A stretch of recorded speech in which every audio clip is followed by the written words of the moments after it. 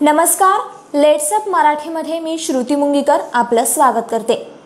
आपण आलो आहोत लेट्स अप मराठीच्या लाईव्ह बुलेटिनमध्ये। यामध्ये आपण दिवसभरातील महत्त्वपूर्ण घडामोडींचा आढावा घेणार आहोत। तसं तर लेट्स अप तुमच्यापर्यंत दिवसभरातील नवनवीन घडामोडी आणि अपडेट्स पोहोचवतच असतो। मात्र या लाईव्ह बुलेटिनमध्ये आपण दिवसभरातील महत्त्वपूर्ण घडामोडींवर चर्चा करणार आहोत। यामध्ये आजच्या महत्त्वाच्या बातम्या आहेत ती म्हणजे पावसासंदर्भातील, त्याचबरोबर ITI, तसेच नवोदय यामध्ये प्रवेश घेणाऱ्या विद्यार्थ्यांसाठी महत्त्वाची बातमी आहे। तसेच राज्यातील कोरोना निर्बंध आणि देशातील कर्नाटक या राज्यामध्ये आरक्षणासंदर्भात झालेल्या ऐतिहासिक निर्णयाबद्दल। चला तर मग वळूया आजच्या पहिल्या महत्त्वाच्या बातमीकडे। यामध्ये पहिली बातमी आहे ती म्हणजे पुण्यासह राज्यातील 5 जिल्ह्यांना येत्या 2 ते 5 दिवसांमध्ये हवामान विभागाकडून रेड अलर्ट जारी करण्यात आला आहे।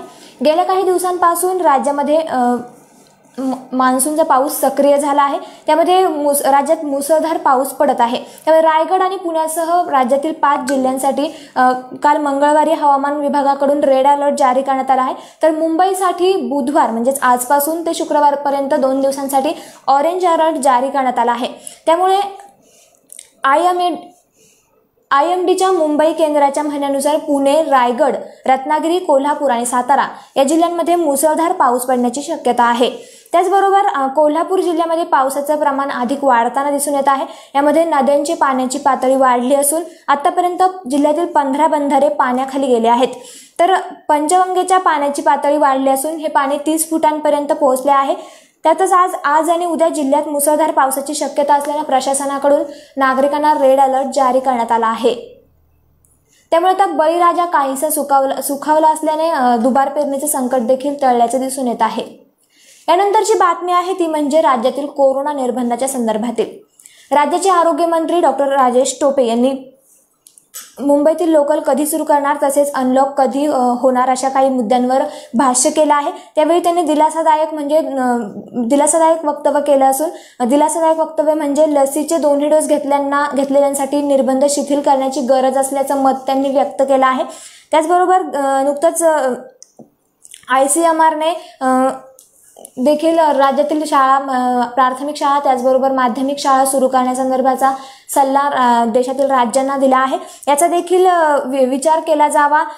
त्याचबरोबर नुकतंच राज्यामध्ये केंद्रीय आरोग्य पथक येऊन गेलं। त्यांनी दिलेल्या सूचनांचं पालन करत, कोरोना नियमांचं पालन करत ICMRच्या मार्गदर्शनाने राज्यात अनलॉक त्याचबरोबर शाळा सुरू करण्यासंदर्भाचा निर्णय घेण्यात यावा असं राज्याचे आरोग्य मंत्र्यांनी म्हटलं आहे। त्यामुळे आता राज्यात अनलॉक कधी होणार, मुंबईमध्ये लोकल कधी सुरू होणार, त्याचबरोबर राज्यातील निर्बंध कधी शिथिल होणार याकडे नागरिकांचे लक्ष लागलं आहे। यानंतरची बातमी आहे ती म्हणजे ITIला प्रवेश घेऊ इच्छिणाऱ्या विद्यार्थ्यांसाठी। राज्यातील 417 शासकीय आणि 549 खासगी औद्योगिक प्रशिक्षण संस्था म्हणजेच ITI मध्ये व्यवसाय शिक्षण आणि प्रशिक्षण संचालनालयाकडून प्रवेश प्रक्रिया सुरू करण्यात आली आहे।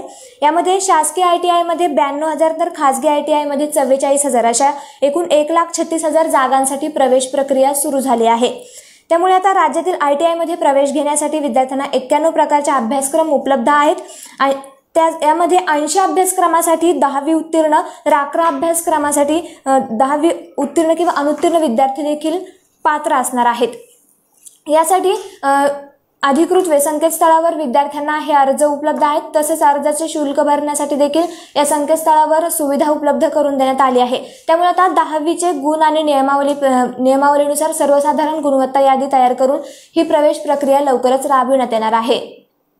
यानंतरची बातमी आहे ती देखील विद्यार्थ्यांसाठी महत्त्वाची बातमी आहे। नवोदय विद्यालयाच्या प्रवेश परीक्षांची तारीख जाहीर करण्यात आली असून नवोदय विद्यालय समितीने म्हणजेच NVSTने 2021 साठीच्या 6वीच्या प्रवेश परीक्षेच्या तारखेची नुकतीच घोषणा केली आहे।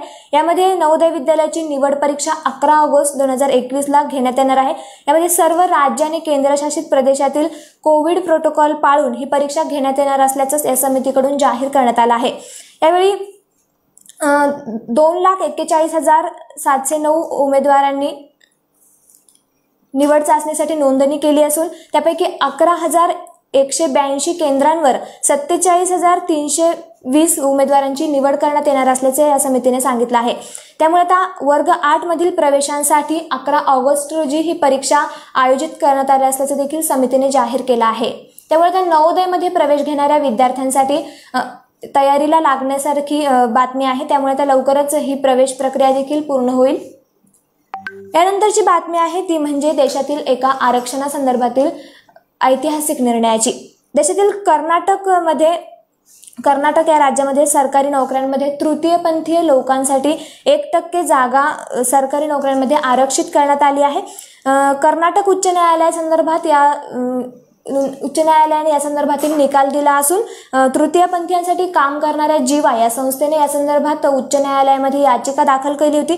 यावेळी आरक्षणाचं या प्रकारचं आरक्षण देणारं कर्नाटक हे देशातील पहिलं राज्य ठरलं आहे। यावेळी न्यायमूर्ती अभय श्रीनिवास ओका आणि न्यायमूर्ती सूरज गोविंदराज या 2 सदस्यीय खंडपीठासमोर या याचिकेवर सुनावणी झाली। यावेळी Karnataka civil services general recruitment या कायद्यामध्ये सुधारणा करण्यात आली असून सरकारी नोकऱ्यांमध्ये तृतीयपंथीयांसाठी 1% जागा आरक्षित करण्यात आल्या आहेत। त्यामुळे देशभरातील आरक्षण या विषयातील हा ऐतिहासिक निर्णय म्हणावा लागेल। तर कर्नाटक हे देशातील अशा प्रकारचं आरक्षण देणारं पहिलं राज्य ठरलं आहे। तर या होत्या दिवसभरातील काही महत्त्वपूर्ण घडामोडी। अशाच महत्त्वपूर्ण घडामोडी तसेच नवनवीन अपडेट्स जाणून घेण्यासाठी फॉलो करा लेट्सअप मराठीला। त्याचबरोबर अधिक माहितीसाठी लेट्सअप मराठीचं ॲप डाउनलोड करा। धन्यवाद।